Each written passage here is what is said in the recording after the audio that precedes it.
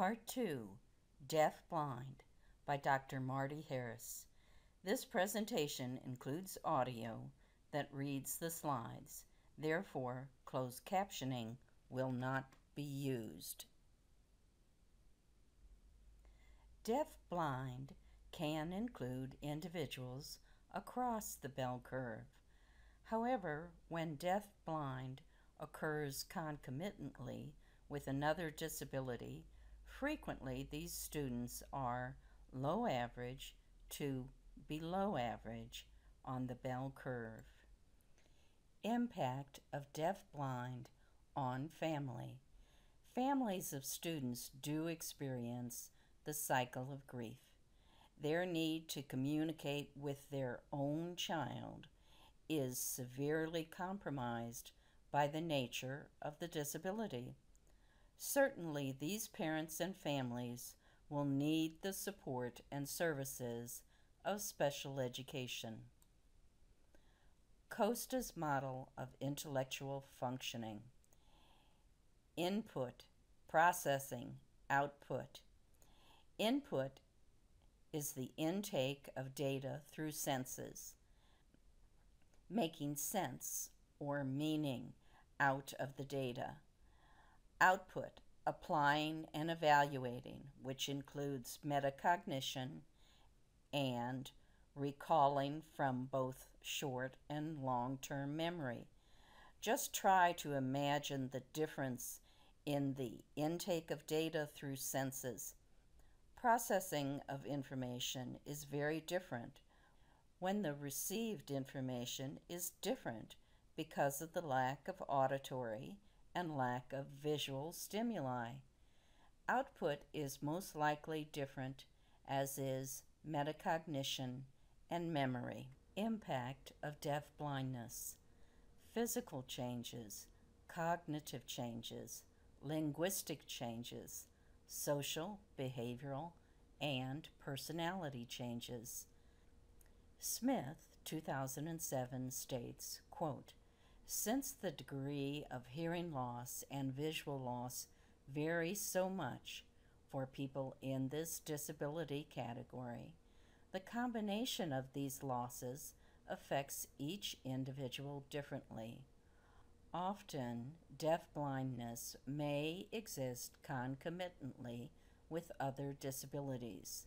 60% have physical disabilities, 68% have intellectual disabilities, and 40% have complex healthcare needs." Diagnosis and assessment. Diagnosis involves the medical field and specific disabilities expertise, such as hearing impairment, visual impairment, deafblind expert, orientation and mobility expert, audiologists, ophthalmologists, and optometrists. Assessment of functioning may require several related services experts, such as occupational therapist, physical therapist, speech and language therapists, and assistive technology experts. Changes may occur as interventions progress. Therefore, ongoing assessment is necessary. Impact and characteristics. Feelings of isolation, problems with communication, problems with mobility. Continuum of Services by Dino, 1970. We begin with the regular classroom and teacher consultant, itinerant special teachers, resource room, special class, special school, and residential institution. Only 7% of these students, fewer than 400 nationally, attend general education classes for most of their school day. 12% when resource rooms are included. More than a third attend specialized center or hospital schools, and almost 30% receive their education in separate special education classes. Source: DB Link 2005, as cited by Smith 2007. Interventions to address isolation. The teacher's role is to expand the worldview of the deaf-blind students and connect them with other people and their environment. Interventions to address communication. Communication is the greatest challenge for individuals with deafblindness. Early intervention is critical. Teachers need to make an effort to provide and encourage communication opportunities. Teach hand-over-hand, tactile form of sign language. Investigate and stay informed about new technology that may assist in communication. Interventions to address mobility. Instructional targets include purposeful movement, awareness of one's environment, changing locations, seeking protection from danger, and deciding when to move. Interventions to address mobility continued. Activities used to teach mobility skills should 1. Be functional. 2. Be age appropriate. 3. Increase access to community. 4. Reduce dependence on others and on custodial care.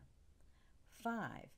Promote communication, social interactions, daily living skills, self-determination, and independence.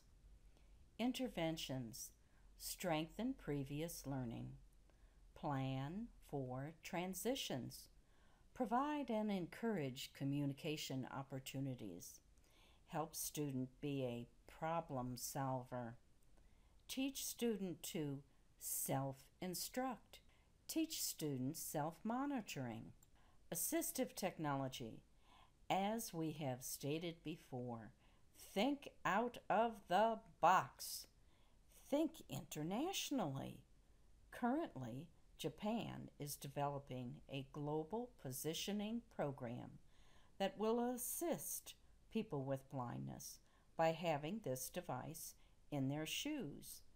How can this be adapted to meet the needs of individuals with deafblindness? We need to combine efforts with scientists in other countries. Testing accommodations or alternative assessment. Accommodations in state and district testing should be written into the IEP, including changes in test delivery, such as breaks, different test schedule, extended time. Materials, such as enlarged print or braille. Presentation, such as someone to give directions in sign language using hand-over-hand method, or someone to record answers. And use of technology. IEP team may determine that alternative assessment is needed, such as videotaping or portfolio assessment. Alternative assessment of progress. If the IEP team determines the student should take an alternative assessment, then the IEP must include a statement of why the child cannot participate in the regular assessment, an explanation of why the selected alternative assessment is appropriate for the student, and a description of benchmarks or short-term objectives that are aligned with the alternate achievement standards. Issues and trends, related services, inclusion, quality of life as an adult, long-term care, insurance, medical needs, technology, appropriate and respectful interactions. Photo of a woman walking with her guide dog, and the guide dog says, "Education should be special."